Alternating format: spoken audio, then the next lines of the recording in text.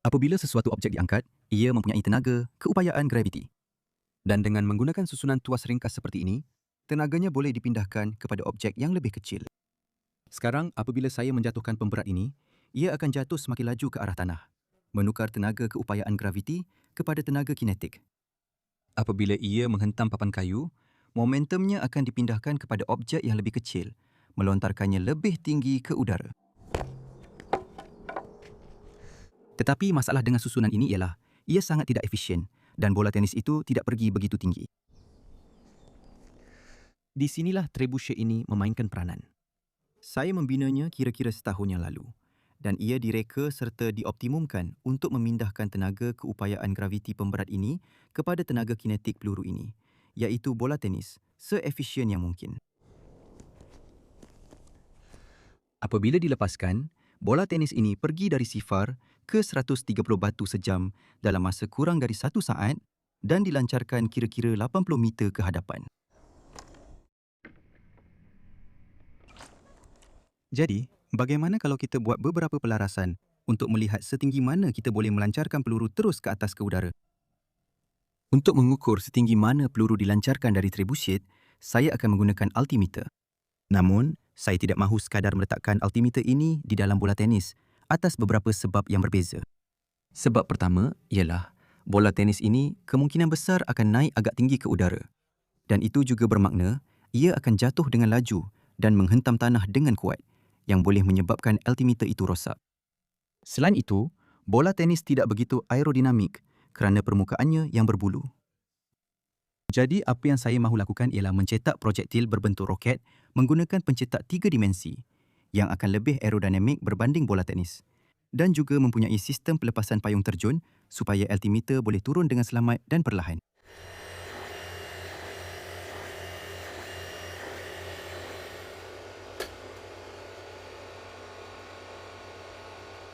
Jadi, inilah prototipe pertama.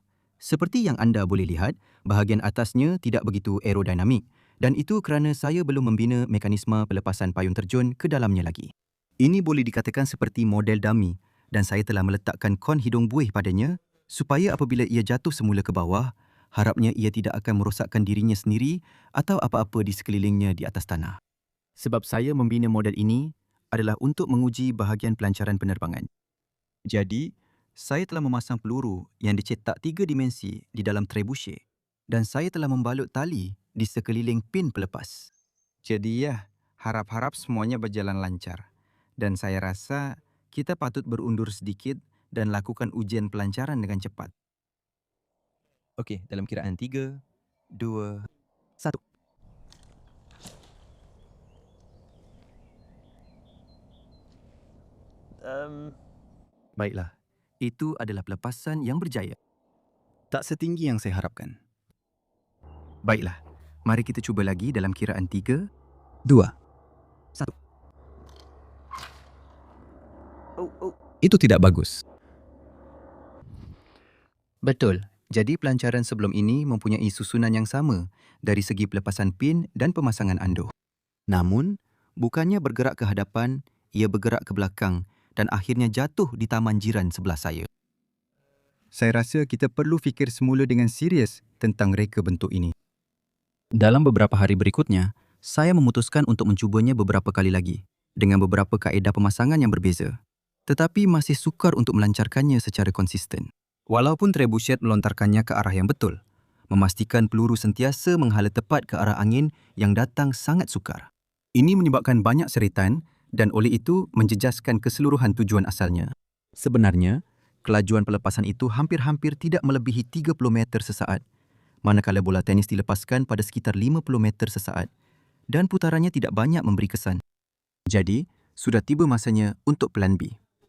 Jadi, plan B ialah meninggalkan projektil berbentuk roket ini dan kembali kepada projektil berbentuk sfera seperti bola tenis. Namun, apa yang lebih aerodinamik daripada bola tenis?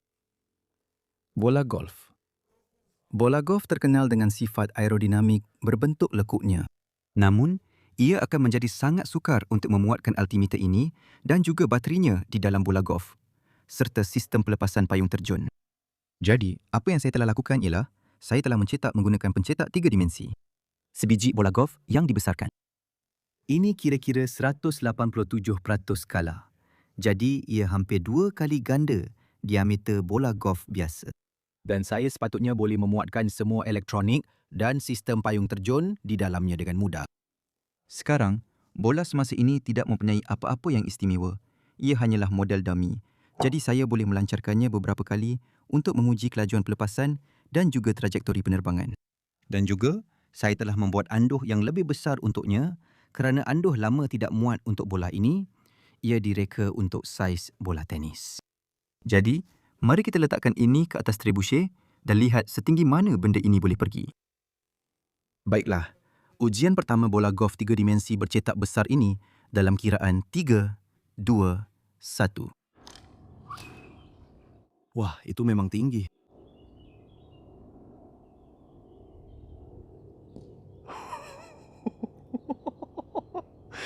Itu naik sangat tinggi. Baiklah, mari kita cuba lagi. Dalam kiraan 3, 2, 1. Wow.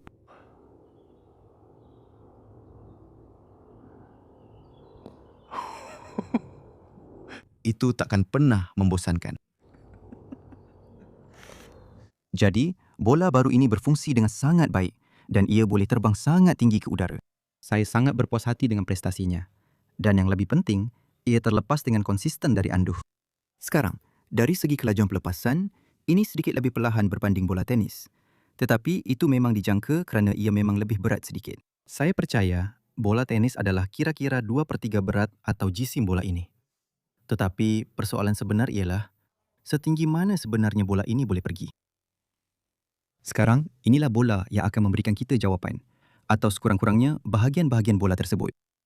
Sekarang, dari segi elektronik, sudah tentu ada altimeter, ada juga bateri yang membekalkan kuasa untuk semuanya, dan kemudian ada elektronik untuk mengawal pembukaan payung terjun. Dengan banyak projek saya buat ia dikawal radio supaya saya boleh menekan suis pada pemancar kawalan radio dan ia akan membuka payung terjun. Tetapi saya mahu menjadikan ini sepenuhnya automatik. Jadi, di dalam sini, terdapat sebuah accelerometer yang pada asasnya akan mengesan bila bola dilancarkan dari trebuchet. Apabila ia mengesan lebih 2G pecutan, Arduino akan memulakan pemasa selama 4 saat. Selepas 4 saat berlalu, servo ini akan bergerak, menarik pin ini dan juga melepaskan payung terjun. Jadi, mari kita pasang bola ini dengan cepat dan lihat sama ada payung terjun boleh dilepaskan.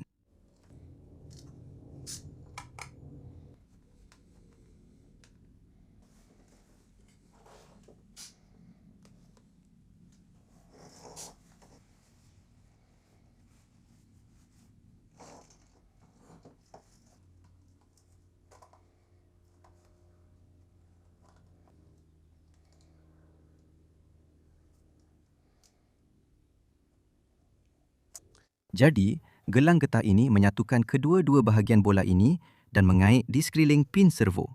Dan jika saya goncang ini dengan cepat, dalam masa 4 saat, ia sepatutnya terbuka seperti pokeball yang berwarna pelik. Jadi, goncangkan ia. Dan kemudian, itu dia. Dan itu mengembangkan payung terjun.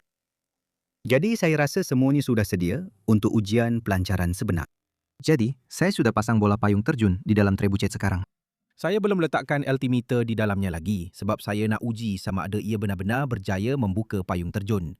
Saya juga telah alihkan trebuchet supaya ia akan melontar ke arah padang dan harapnya payung terjun itu tak akan jatuh ke dalam mana-mana pokok di kedua-dua belah. Jadi mari kita lihat sama ada benda ini betul-betul berfungsi atau tidak. Projektil payung terjun. Ujian pertama dalam 3, 2, 1. Ayuh, ayuh, ayuh, ayuh.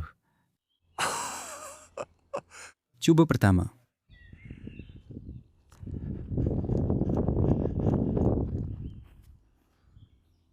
Bagus.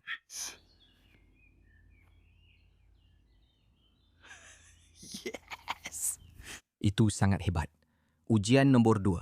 3, 2, 1.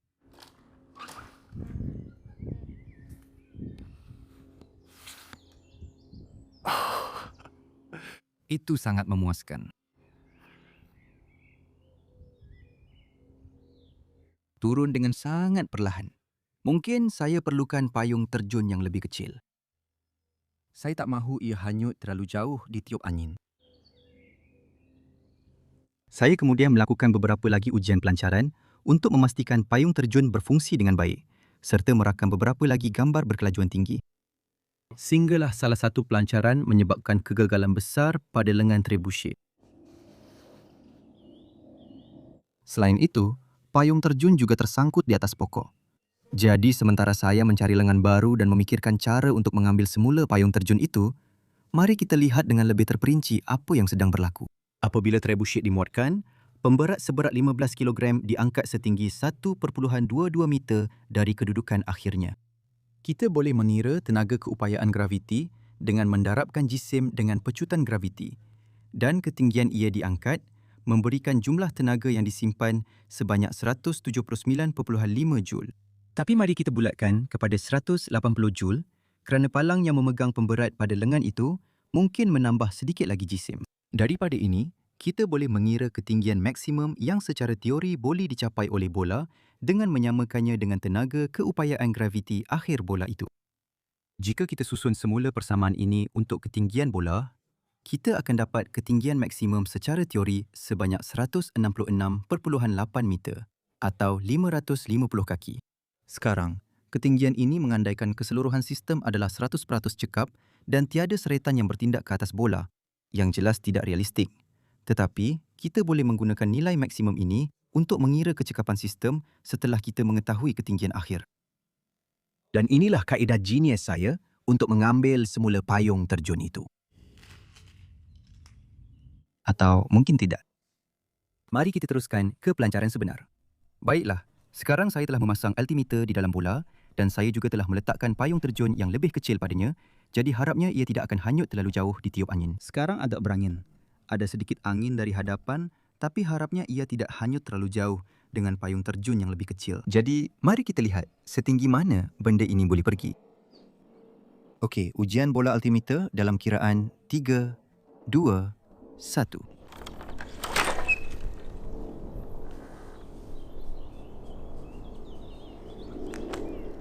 Oh, itu adalah pelepasan yang lewat.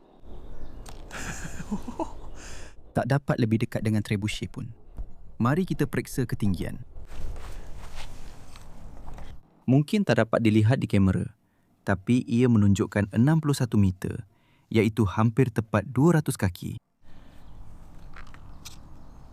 Mari kita lakukan beberapa pelancaran lagi dan dapatkan purata ketinggian maksimum. Jadi selepas mengumpul semua data ketinggian, bola mencapai purata ketinggian 59 meter atau 193.6 kaki, iaitu kira-kira 35% daripada anggaran ketinggian maksimum. Ini bermakna 65% daripada jumlah tenaga keupayaan permulaan telah hilang. Sekarang, kita boleh mengukur kelajuan pelepasan bola menggunakan rakaman berkelajuan tinggi yang memberikan kita kelajuan sebanyak 41 meter sesaat. Daripada ini, kita boleh mengira tenaga kinetik bola sejurus selepas dilepaskan. Dan ini menunjukkan bahawa 49% tenaga hilang hanya semasa pelancaran itu sendiri dan baki 16% hilang disebabkan oleh seretan. Jadi, ini menunjukkan bahawa bola golf yang dibesarkan itu sama ada sangat aerodinamik atau trebuchet saya sangat tidak efisien. Apapun, memang sangat memuaskan melihat benda ini dilancarkan. Ujian bola altimeter dalam 3, 2, 1.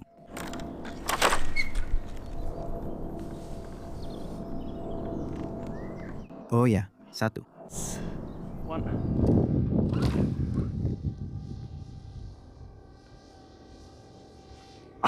Oh ya. 1.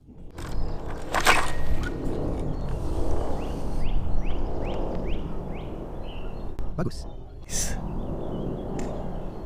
Nampaknya penutupnya sudah terbuka. 1.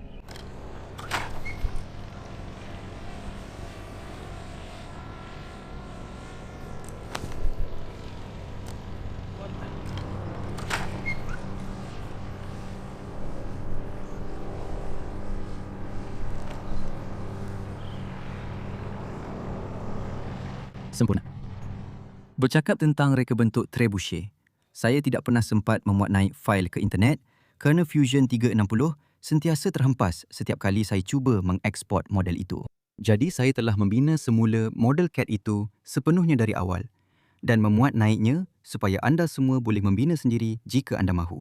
Pautan kepada fail-fail tersebut akan berada di dalam keterangan di bawah.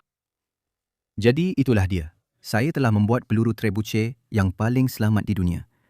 Jika anda menikmati video ini atau mendapati ia menarik, adalah bagus jika anda boleh tinggalkan tanda suka. Jika anda baru di saluran saya dan ingin melihat projek-projek seperti ini, sila klik langgan di bawah.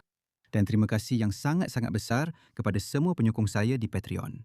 Anda semua menjadikan video-video ini mungkin dan saya benar-benar tidak dapat melakukan pelbagai projek seperti ini tanpa sokongan anda.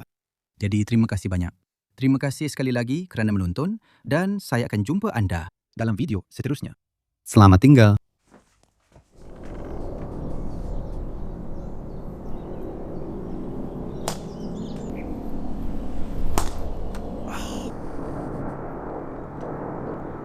Oh, tidak.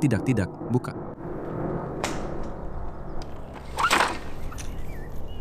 Itu sudah mundur. Rasanya itu bagus. Saya tak pasti sejauh mana anda boleh nampak itu, tapi bola itu nampak seperti ia terbahagi kepada beberapa bahagian.